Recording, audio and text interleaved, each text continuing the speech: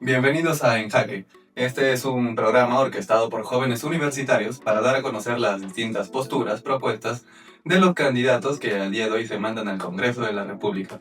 Mi nombre es Imanol Suárez y el día de hoy entrevistaré a Juan Rojas Paredes, candidato al cargo de diputado por el número 4 por el partido Primero la Gente.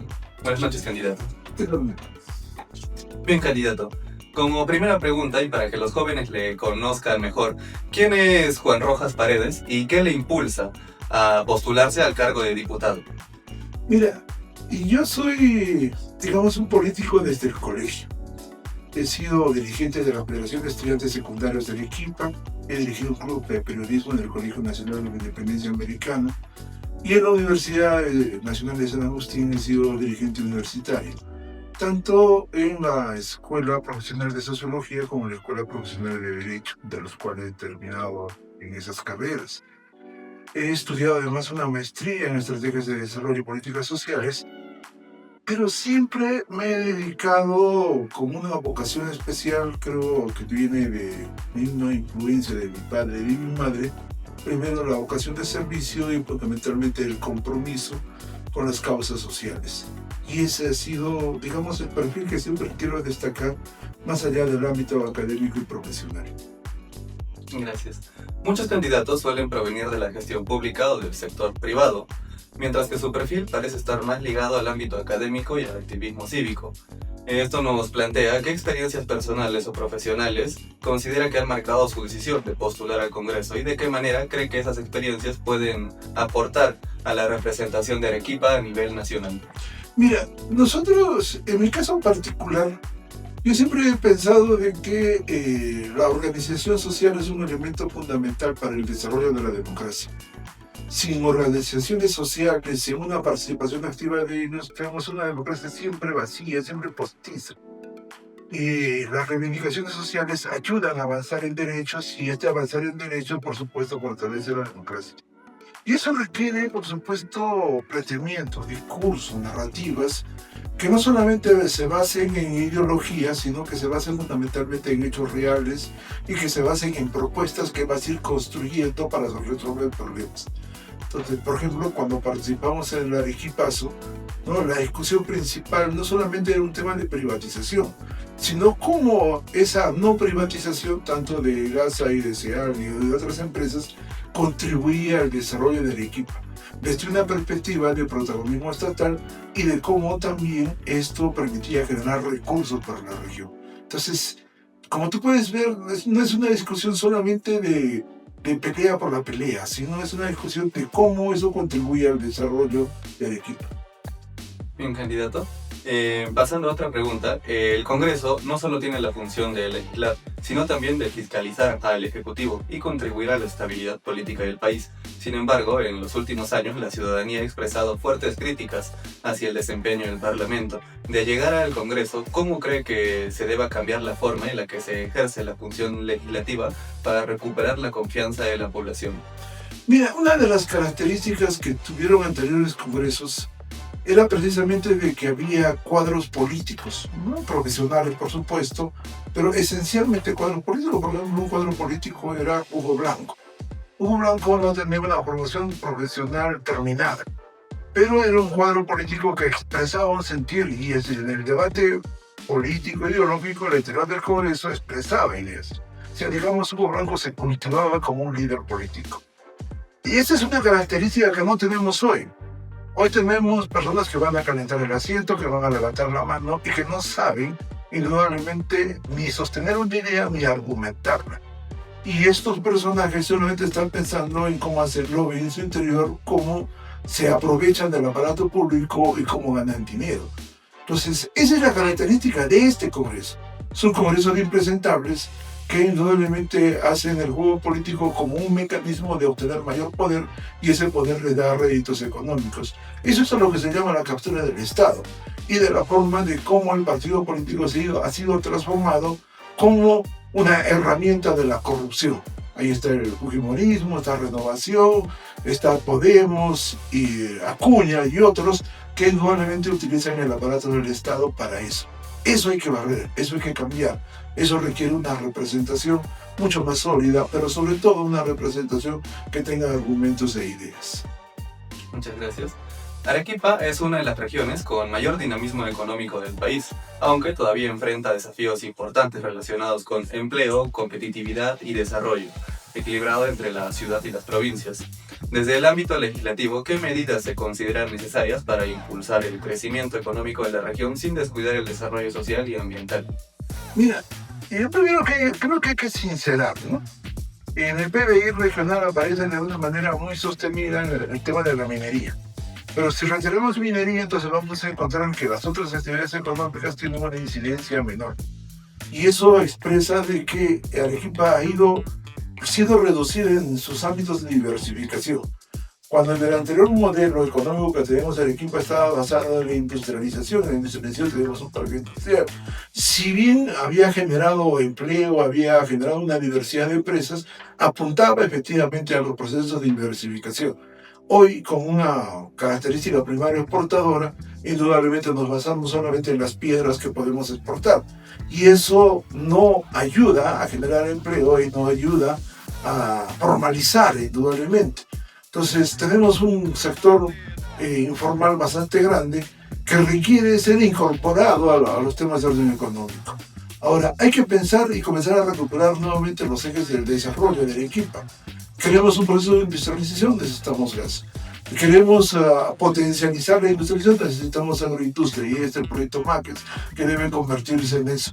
Queremos, por supuesto, de que la minería se avance un proceso de industrialización, entonces necesitamos más, en este caso iba a decir refinerías, pero necesitamos empresas, ¿no?, que ayuden a la transformación y a la generación de valor agregado.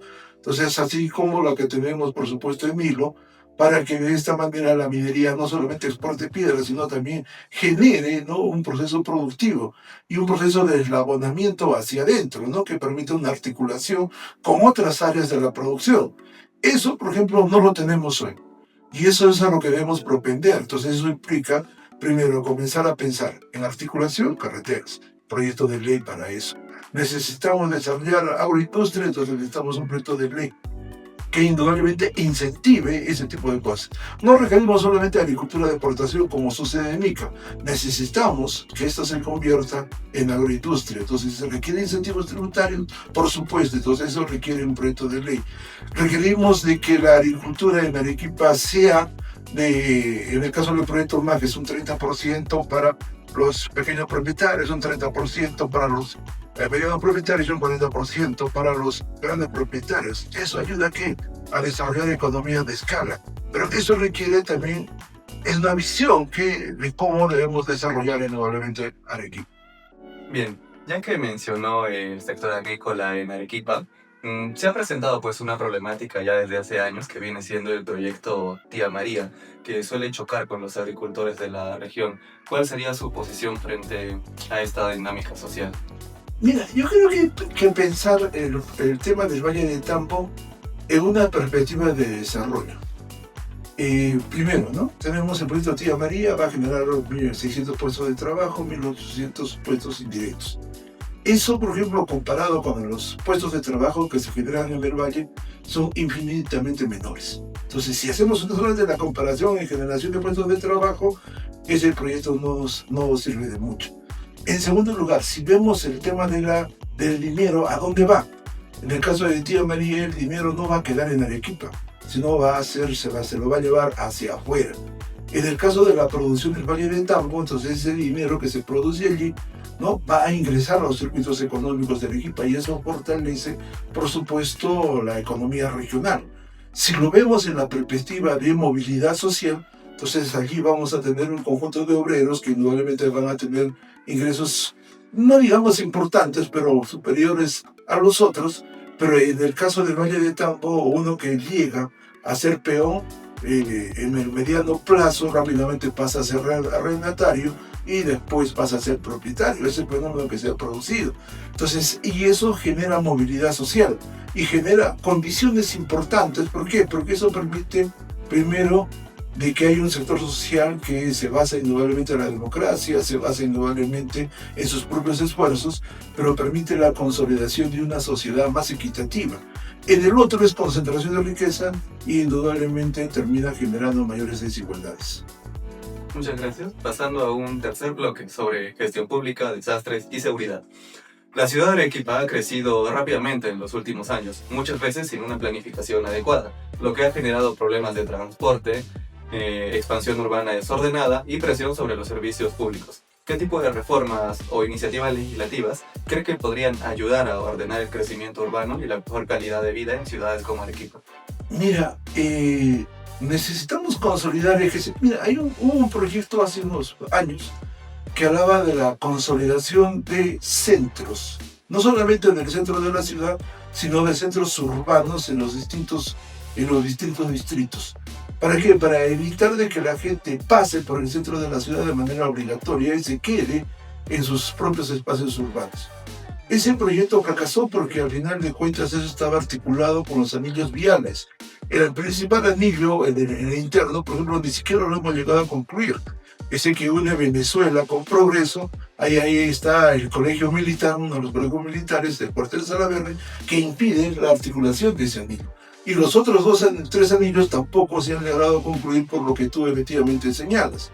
Entonces, eso primero hay que resolver los problemas de vialidad. Arequipa tiene una infraestructura vial de las peores en América Latina, de allí que tengamos una pérdida de horas hombre más o menos de unos 150 minutos a 160 minutos, lo cual es extraordinariamente grave para una ciudad. En segundo lugar, hay que resolver el problema del transporte. Y el problema del transporte, en el caso concreto hoy de Arequipa, en mi opinión, hay que resolver ese contrato del sistema integrado de transportes, porque no resuelve el problema. El ordenamiento del transporte de nuestra ciudad está basado a través de un contrato. Y ese contrato dice, primero, si las empresas no han renovado sus unidades de trabajo, ¿no?, y la municipalidad no ha cumplido con dotarla de las vías exclusivas y de los paraderos, entonces se han neutralizado de tal manera que nos mantiene un statu quo con las pérdidas que acabo de señalar. ¿Es materialmente imposible desarrollar el CID? Sí, es materialmente imposible. Si todos los que han viajado a Lima y han visto el CID cómo funciona, tiene paraderos exclusivos, vías exclusivas, las pistas son mucho más amplias y que permite que el transporte tenga vías exclusivas, entre otros. Si ustedes ven, nuestra infraestructura vial es realmente lamentable y eso impide indudablemente llevar adelante este proyecto. Entonces, hay que reordenar, sí, con lo que tenemos. Y lo que tenemos requiere un estudio concreto en relación a Arequipa. Entonces, basta ya de imitaciones, basta de recoger experiencias extranjeras y requerimos crear nuestra propia experiencia para resolver este problema. Entonces, pero eso requiere reglamentación, requiere ley. Por ejemplo, tienes empresas que no son empresas, ¿no? Esas empresas del transporte, ninguna de las empresas es propietaria de las unidades móviles, siguen siendo propietarios individuales. Entonces, si ustedes van a ver en el ámbito del derecho de la sociedad, la ley de sociedades requiere de que todos pongan su capital y ese capital tiene que ver con las unidades móviles que tienen. Y eso no sucede. Eso lo vemos claramente el día de hoy. Cuando suben el pasaje del Sol 50, la empresa dice, nosotros no hemos autorizado nada, pero el propietario de la unidad móvil, de la Cústera, de la Combi, dice, no, yo subo porque ha subido el combustible. Entonces, eso revela las condiciones en las cuales nos encontramos. Y finalmente hay que equipar pues Arequipa, ¿no? Requerimos de equipamiento urbano para que el que vive en el cono norte no se traslade al centro de la ciudad para estudiar en el Colegio Independencia. Y eso requiere igual calidad en el servicio educativo, igual calidad en el servicio de salud, igual calidad en el servicio de mercados, ¿no? Indudablemente de otros servicios que son muy importantes. Entonces evitamos de que se produzca este tránsito y por las necesidades propias de la gente, ¿no? Continuando a otra pregunta, sabemos que cada temporada de lluvias siempre vuelve a evidenciar las deficiencias del sistema de prevención de desastres en Arequipa, especialmente en zonas vulnerables como quebradas o asentamientos recientemente construidos. ¿Qué papel debería asumir el Congreso para fortalecer las políticas de prevención de riesgos y adaptación frente a fenómenos climáticos que cada año afectan a diferentes distritos de la región? Mira, lo primero que hay que asumir de manera muy clara es que las quebradas son zonas intangibles. Si asumimos que son zonas intangibles, desde el comienzo en las zonas de Misti o en otro lugar, de un nevado, ¿no? Hasta llegar, digamos, a la costa, no se pueden producir allí construcciones y no se pueden producir ni siquiera invasiones. ¿Qué es lo que ha pasado? Para poner el ejemplo de la torrentera del Chulio, ¿no? Se han producido en la parte ciertas invasiones, ¿no? Que son llevadas adelante por estos promotores de las invasiones que han generado un mercado de tierras. Y este mercado de tierras, indudablemente de terrenos, los lleva a cortar la torrentera porque eso lo vende, ¿no? A raíz de la fuerza y de la corrupción que se impone. Pero también sucede en el caso de las organizaciones asentadas, de clase media, y compran los terrenos a las constructoras. Y las constructoras hacen exactamente lo mismo. Por ganar, indudablemente angostan la torrentera. Y eso también tiene que ver con corrupción, porque el que aprueba ello es la municipalidad. Entonces, en primer nivel hay que fiscalizar indudablemente ello. Pero en segundo, la reglamentación debe ser absolutamente clara, de que el área de torrenteras deben ser preservadas con los espacios correspondientes para que de esa manera no se produzca lo que hemos vivido en los últimos meses aquí en Arequipa. En segundo lugar, eso requiere indudablemente una intervención muy fuerte del Estado y la ley debe señalarlo allí. Por ejemplo, se tiene que expropiar porque la mayoría de esos terrenos hoy están inscritos en el registro público, son propietarios. Entonces, y tienes que adoptar mecanismos de expropiar para que de esa manera puedan recuperar los cauces y pueda brindarse la seguridad, no solamente a los que están viviendo allí, sino al conjunto de la ciudad. Bien. Dado que mencionó la expropiación y también teniendo el problema de las invasiones de tierras y que suelen asentarse en zonas que son no muy seguras, ¿considera usted que hay un acaparamiento de tierras en Arequipa que produce que la gente tenga que llegar a sitios tan peligrosos para asentarse? Mira, el crecimiento de la ciudad se ha hecho fundamentalmente con invasiones, ¿no? Y sigue habiendo invasiones. Y eso no está regulado, o sea, la ley establece de que las municipalidades deben hacer programas de vivienda, pero los programas de vivienda tienes que hacerlos con agua, por luz, con desagüe, y eso es materialmente imposible poder hacerlo.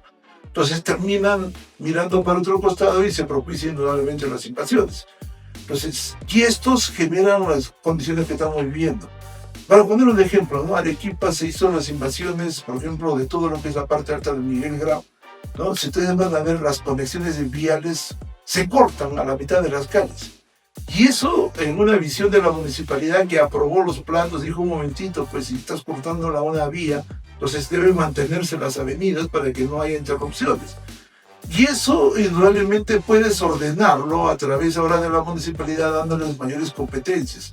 Y eso implica necesariamente de que quien ordena la ciudad es la municipalidad provincial y no precisamente a las municipalidades distritales. Entonces hay que concentrar las competencias en una sola entidad que tenga el poder coercitivo para poder llevar adelante ello. Y en segundo lugar, ¿no? Hay que generar también un tema de legislación en torno precisamente a este proceso de invasiones, ¿no? Hay que afirmar, por ejemplo, de que no se requiere para pasar por el Poder Judicial para desalojar a los invasores. Basta con el tema de que participe ahí la Procuraduría. Pero también hay que legislar allí en materia penal porque se ha convertido en un gran negocio el mercado de tierras. Entonces, y eso implica la persecución fundamentalmente a los promotores, ¿no? Es el caso, por ejemplo, el caso de Arequipa, se invadió el caso en el distrito de Iquiqueña y el promotor del invasor terminó siendo alcalde, ¿no? Entonces, para que vean el poder que tienen y la influencia a la que han dado. Pasando a otra cuestión, la percepción de inseguridad ha aumentado en muchas ciudades del país y Arequipa no es la excepción a esta norma. Ha habido robos, delitos en espacios públicos que generan preocupación, especialmente entre jóvenes y trabajadores que se movilizan a distintas horas del día, principalmente a altas horas de la noche. ¿Qué propuestas legislativas considera prioritarias para fortalecer la seguridad ciudadana y mejorar la articulación entre la policía, los gobiernos locales y el Estado? Mira, lo primero que hay que decir allí de una manera muy clara de que hemos ingresado a un periodo donde la delincuencia se ha profesionalizado, ¿no? En todo el caso de sicariato, extorsiones y otros. y que te hacen indudablemente seguimiento, ¿no? O sea, cuando escuchas a alguien dice están haciendo reglaje, están haciendo inteligencia, o sea, los delincuentes hacen inteligencia. Entonces, si en el otro lado, que tenemos la policía, la encargada de hacer efectivamente esa labor, no lo hace, entonces estamos dejando un espacio mucho más libre. Y eso está llevando a que la delincuencia controle territorios. En segundo lugar, estos se han articulado las economías ilegales. Entonces, ¿qué es lo que debemos de hacer? Lo que debemos de hacer en primer lugar es generar, que en el caso de la policía, efectivamente hay unidades de inteligencia. El problema es de que eso requiere un mayor nivel de especialización. Hoy tenemos especializaciones, hoy tenemos policías que han sido especializados, pero que terminan dirigiendo el tránsito. Entonces, recuperar ese nivel de especialización que he tenido para generar unidades de mayor persecución. Segundo lugar, ¿no? Que investiguen y que hagan inteligencia y que efectivamente den los golpes certeros. Eso tenemos que trabajarlo en la policía. Pero además en la policía hay que producir una reforma, y esa reforma tiene que ver de manera muy clara con el tema de la meritocracia. Hay que acabar con los sistemas estos de oficiales de policía para que haya una sola escuela de policía, y esa sola escuela de policía permita ascender de que ingresó allí, ingresó y salió como subalterno y puede terminar como general, siempre y cuando muestre efectivamente de que ha logrado ese galones con el éxito de su labor. Entonces, eso es importante, porque eso permite recuperar la policía para la ciudadanía y permite recuperar la eficiencia. En tercer lugar, hay que articular de manera muy clara lo que es policía, Ministerio Público y Poder Judicial. Y eso implica, ¿dónde los articulamos? Los articulamos en las unidades de flagrancia. Y en las unidades de flagrancia, indudablemente eso nos va a permitir una mejor relación. En cuarto lugar, hay que trabajar la legislación para precisar de manera muy clara los ilícitos penales. Pero eso pasa necesariamente por derogar todas las leyes pro crimen que indudablemente se han dado en estos últimos meses, que ha fortalecido más bien a la delincuencia en detrimento de la ciudadanía. Bien, continuando con este tema, muchos le achacan el incremento de la criminalidad a los extranjeros. Por ejemplo, en Chile, el reciente presidente electo Antonio Kast ha propuesto construir un muro fronterizo para frenar esta problemática. ¿Considera usted que tiene algún sentido lógico la construcción de ese muro? No, es pura demagogia. Es pura demagogia porque parte de una idea fundamental. Esa idea es de que tienes que generar un enemigo, y cuando tú generas un enemigo en la sociedad, entonces tienes que seguir alimentando esa idea, porque es un mecanismo de control, ¿no? Y es un mecanismo que genera miedo y temor, y bajo esos dos instrumentos permites tener controlada la ciudadanía, ¿no? Pero revisando los artículos, que justo a raíz de lo que tú planteas, revisé varios artículos de columnistas chilenos, y esto va en contra inclusive del propio diseño que se han establecido aquí, ¿no? Por ejemplo, los carabineros tienen un plan digital para llevar adelante el control. Hay una policía de investigaciones en Chile al margen de la policía de los carabineros. Y por supuesto, en el caso de las Fuerzas Armadas chilenas, también han establecido mecanismos de orden tecnológico donde las zanjas de CAS no sirven absolutamente para nada. Pero eso genera una situación en el Perú, y esa situación la veíamos, por ejemplo, en el gobernador de Tacna, que se estaba preocupado porque eso iba a generar mayores niveles de delincuencia en Tacna, porque supuestamente no van a pasar a Chile, ¿no? Pero el problema no es ese, el problema indudablemente es otro, tiene que ver sobre todo de cómo a partir de los instrumentos del Estado vamos a generar políticas y acciones concretas para meter a los delincuentes a la cárcel. Y eso requiere las articulaciones que indudablemente hemos estado hablando hace unos momentos. Pasando a un cuarto bloque, esta vez el universitario, muchos jóvenes arequipeños buscan oportunidades de desarrollo laboral y académico, pero también enfrentan dificultades para insertarse en el mercado laboral o participar activamente en la vida pública. ¿Qué políticas o reformas impulsaría desde el Congreso para ampliar las oportunidades para los jóvenes y promover una mayor participación de las nuevas generaciones en la toma de decisiones del país? Mira, parto por lo último. La universidad no es solamente la fábrica de los profesionales. Ha sido reducida a esa condición, y eso es extremadamente grave. La universidad también es investigación, pero sobre todo también es la formación de líderes que van a dirigir el país. Entonces, se ha castrado la parte política de la universidad porque esa parte política permite la formación de hombres de Estado, ¿no? Entonces, y eso ha sido demonizado al interior de las universidades para que no hagas política, dedícate solamente a ser profesional. Pero el ser profesional solamente te indica ser parte de un engranaje y ser un personaje de mando medio cuando los otros son los que deciden. Por ejemplo, las universidades de Lima, sobre todo las de élite, la Pontificia, la del Pacífico, la UPC y otros, forman efectivamente a sus estudiantes como líderes políticos, porque ellos son los que van a conducir el Estado, son los que van a enseñar política. Pero en las universidades de provincia sucede absolutamente todo lo contrario. Entonces, esa es una parte que debemos recuperar, y sobre todo aquí en Arequipa, porque en Arequipa es pobre en muchas cosas, pero menos en producir hombres y mujeres de ideas y de propuestas. En segundo lugar, ¿cómo generar, ¿no?, espacios para que se puedan insertar en el mercado? Tenemos un mercado muy reducido en el ámbito formal, ¿no?, que no permite indudablemente que todos los que salen de las universidades se inserten allí. Pasan años para que puedan insertarse de manera adecuada. Pero hay que generar los espacios. ¿Y cómo generar los espacios? Tienes que plantear evidentemente las políticas de desarrollo. Hace un momento hemos hablado de que se requiere generar industria, se requiere generar indudablemente de que las empresas mineras también transformen en el Perú el mineral que explotan. Entonces generas espacios donde se generan industrias, se generan espacios económicos donde se va a requerir indudablemente la participación de los nuevos profesionales. Pero si no construyes esos espacios, entonces el destino es de que si no te insertas aquí, te insertas en el extranjero, ¿no? Bien, continuando con el bloque universitario, una problemática que se da en la ciudad de Arequipa viene siendo la UNSA, puesto que muchos chicos de las distintas provincias vienen aquí pues a dar su examen y se genera una aglomeración tremenda. Por ejemplo, el día de ayer la universidad tuvo que hacer 2 turnos y acabaron a las 7 de la noche. ¿Cómo se podría enfrentar esta problemática? Pues que la universidad se ve superada por los postulantes que tiene. Mira, yo particularmente planteé lo siguiente. Yo estudié en la UNSA en la década del 80 y teníamos 20.000 estudiantes. Y la infraestructura era realmente reducida, ¿no? Muy, muy reducida.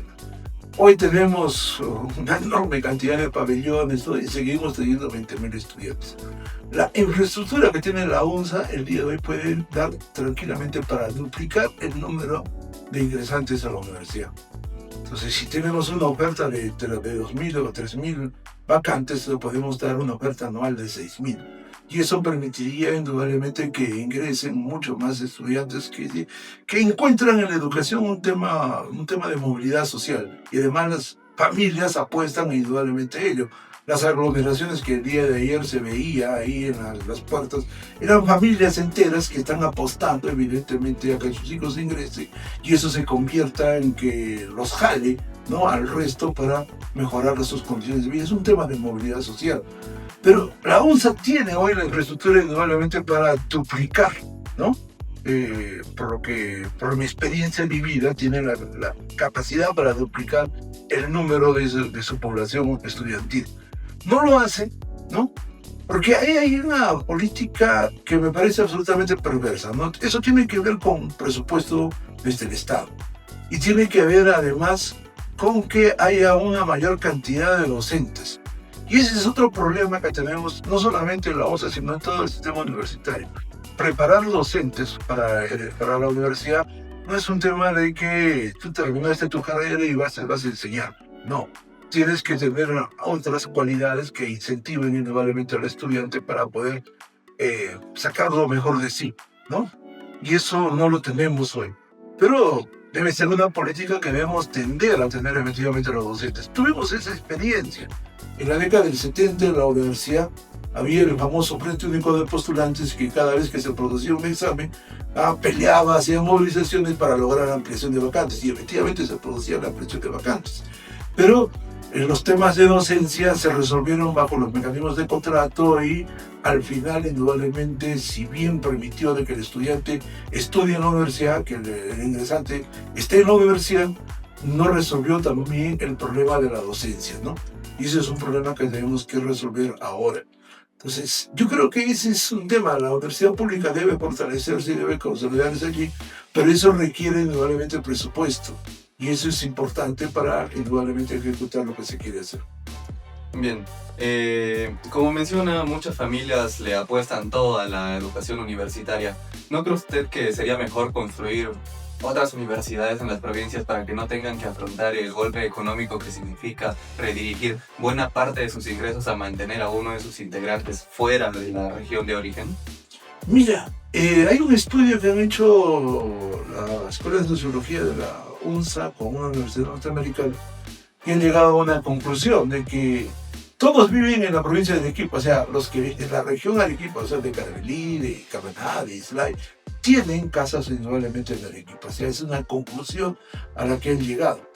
El problema de Arequipa es el siguiente, ¿no? Tenemos provincias que están decreciendo, como es en el caso de la Unión, ¿no? Entonces, o provincias que se están despoblando, donde los jóvenes migran de una manera muy fuerte y solamente quedan los adultos. Entonces, hacer universidades allí siempre fue una idea, ¿no? Primero lanzaron la idea de los institutos para que los jóvenes se queden allí en Cayoma, se queden en la Unión, se queden en Chuquibamba, y terminaron fracasando, ¿no? La población estudiantil siempre es menor y todos terminan migrando indudablemente al principal atractivo que es Arequipa. Ahora, ¿Arequipa merece otra universidad? Yo creo que sí, ¿no? Pero hay que pensar en la visión del desarrollo. ¿Qué tipo de universidad requieres? ¿Vas a reproducir nuevamente derecho? ¿Vas a reproducir nuevamente educación? ¿Vas a reproducir nuevamente contabilidad, administración? ¿O vas a pensar en una universidad que tenga una característica distinta? Por ejemplo, tener una universidad de ingenierías en Arequipa ¿no sería un elemento importante? ¿No? Yo creo que sí. Entonces, eso también permite comenzar a regular las otras, ¿no? La universidad privada, sobre todo las que son de lucro, ¿no? Tienen este tipo de carreras, contabilidad, derecho, ¿no? Reproducen exactamente lo mismo y se mueven en los mismos espacios. Pero cuando se les dice hagan medicina, hagan ingenierías, no lo hacen porque la inversión es mucho mayor e indudablemente requiere una mayor exigencia. Y eso, por supuesto, solamente puede hacerse desde el Estado. Entonces necesitamos también, pero una universidad que no reproduzca exactamente lo mismo, sino que sea una área absolutamente distinta. Bien, pasando a un quinto bloque, en un contexto donde existe una creciente desconfianza hacia la política y hacia las instituciones públicas, ¿por qué considera que los ciudadanos de Arequipa deberíamos confiar en su propuesta, en su candidatura, para representarnos en el Congreso? Mira, hay una enorme desconfianza y una enorme indignación en el pueblo, y eso se entiende por la forma de cómo hemos sido gobernados en los últimos años. Se ha constituido un pacto mafioso, donde está el fujimorismo, Renovación, donde está Podemos, Acuña, Cerrón y todos estos que han pervertido indudablemente la labor política y la han convertido en politiquería y en simplemente un negocio de toma y daca y de cómo lo utilizan para la corrupción y para hacer los nuevos millonarios. Entonces, eso indudablemente lleva a un rechazo de la ciudadanía. Ahora, cambiar esto no se va a cambiar de la noche a la mañana. Se requiere nuevamente de partidos políticos y el partido político tiene que ser un partido con programa, con organización, con ideología y que esté inserto en el tejido social, ¿no? Por ejemplo, antes en las universidades, ¿no? Los partidos políticos hacían trabajo político y tenían sus grupos de opinión. Y eso permitía indudablemente un mayor dinamismo y representar efectivamente a en los cuales hacen política, pero a partir de las condiciones concretas, ¿no? El partido político tenía que decir, para esta universidad yo propongo esto. Y el otro partido también tenía la obligación de decir eso. Lo mismo en el sindicato, en los colegios profesionales se hace exactamente lo mismo, pero se oculta de que ahí no se hace política, lo cual es un error. Entonces, lo segundo es de que si queremos cambiar es de que los partidos hagan política. No aparezcan cada 4 o 5 años, no termina este proceso electoral, muchos van a cerrar sus locales y van a volver a aparecer nuevamente de aquí 5 años. No, debemos exigir que hagan política. Y debemos medir cómo hacen política, ¿no? Entonces, para que indudablemente tengan vigencia. Y eso va a permitir de que acabemos con estos partidos buitres de alquiler, con estos partidos franquicias, ¿no? Que al final de cuentas son los instrumentos de la corrupción y de la captura del Estado. Entonces, si queremos cambiar el Congreso, tenemos que cambiar primero ese partido político. Bien, continuando. En debates recientes, usted evitó posicionarse claramente sobre el tema del cambio de constitución. ¿Cuáles serían sus consideraciones? Si deberíamos cambiarla o mantenerla. No, mira, la Constitución hay que cambiarla, ¿no? Porque el pacto mafioso ha cambiado más de 50 artículos, ¿no? Hay que recuperar nuevamente los temas de balance y de contrapesos que debe tener la Constitución entre los poderes y las instituciones autónomas. Eso ha sido roto absolutamente, ¿no? Hay que rediscutir, por ejemplo, el tema del rol del Estado, y en el tema del rol del Estado hay que rediscutir sobre todo su rol subsidiario, ¿no? Entonces, si esas cosas deben indudablemente modificarse. Lo que estamos discutiendo en todo caso es cuál es la herramienta. ¿Es una asamblea constituyente o lo hacemos de manera directa al interior del Congreso? Y si es al interior del Congreso, y yo siempre he puesto este ejemplo, si tenemos mayoría en el Congreso, ¿para qué convocamos asamblea constituyente? No tiene sentido, ¿ya? Si ya tienes mayoría, entonces lleva adelante las reformas que quieras llevar, entonces, y ejecútalas, pero que de esa manera ya vas a evitar, por ejemplo, los cambios de correlación de fuerzas, de los estados de humor que tiene indudablemente la gente para dar una constitución que corresponda a los intereses del país, ¿no? Entonces, eso, para mí es muy importante, ¿no? Entonces, ahora, si queremos cambiar la constitución y hay el mecanismo y la correlación de fuerzas para poder hacerlo, hay que ir adelante. Pero hoy no tenemos un momento constituyente como efectivamente se habla, ¿no?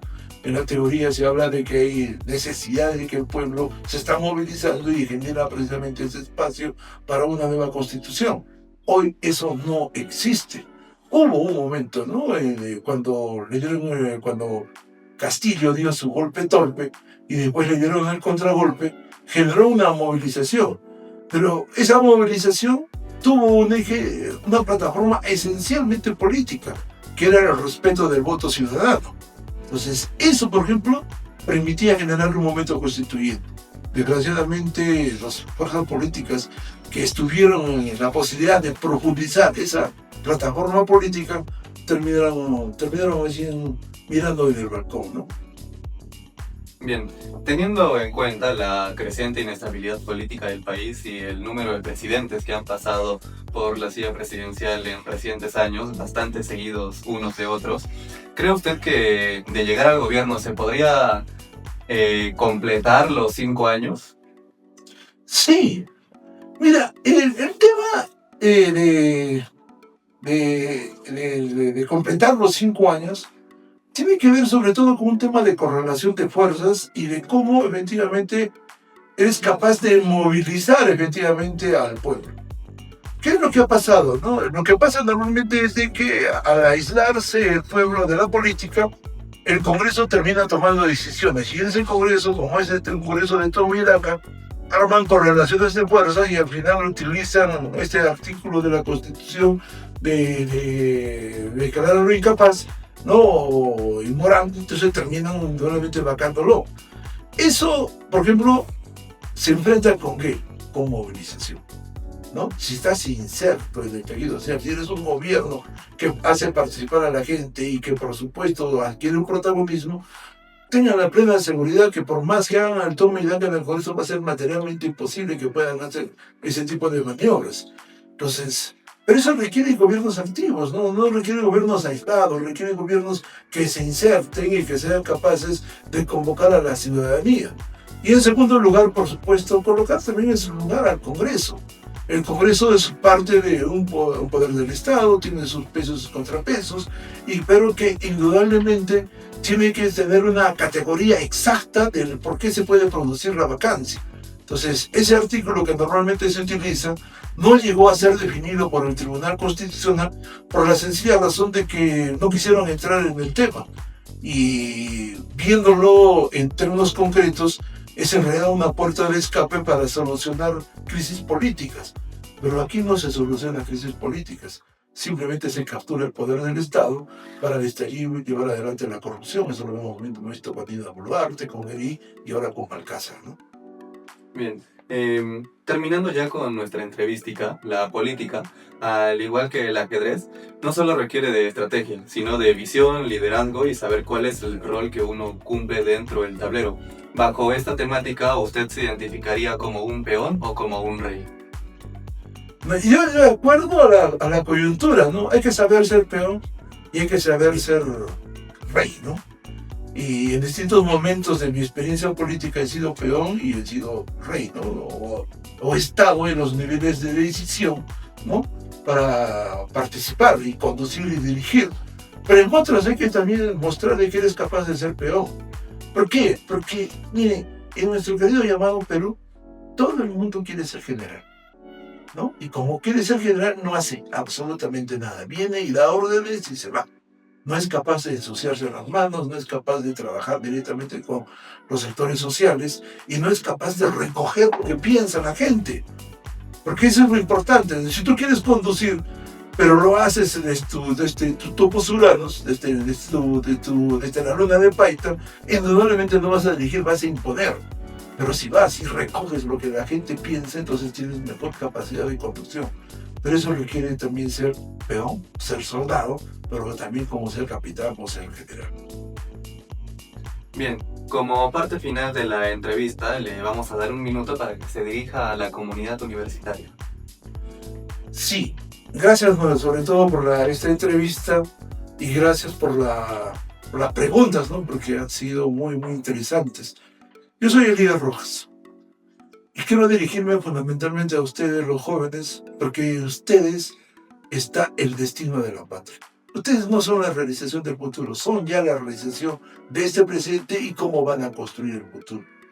Por lo tanto, tienen la capacidad de decidir y esa capacidad de decidir los compromete con el país, los compromete con su nación, los compromete con el futuro, con su futuro. Entonces, por lo tanto, decidir bien les corresponde a ustedes. Soy Elías Rojas, voy con el partido Primero la Gente, mi número es el número 4, ¿no? Se marca el símbolo de Primero la Gente, que es un rectangular de color verde y azul, y dice Primero la Gente. Y escriben el número 4, por supuesto. Y voten por Marisol Perestello, que va a la presidencia de la República, que es una extraordinaria mujer, una lideresa, tiene una voluntad de hierro y cosa que no tienen los otros, capacidad de decidir, capacidad de hacer. Muchas gracias. Bueno chicos, eso ha sido todo por En Jaque el día de hoy. Agradecemos mucho al candidato su participación. Buenas noches y cuídense.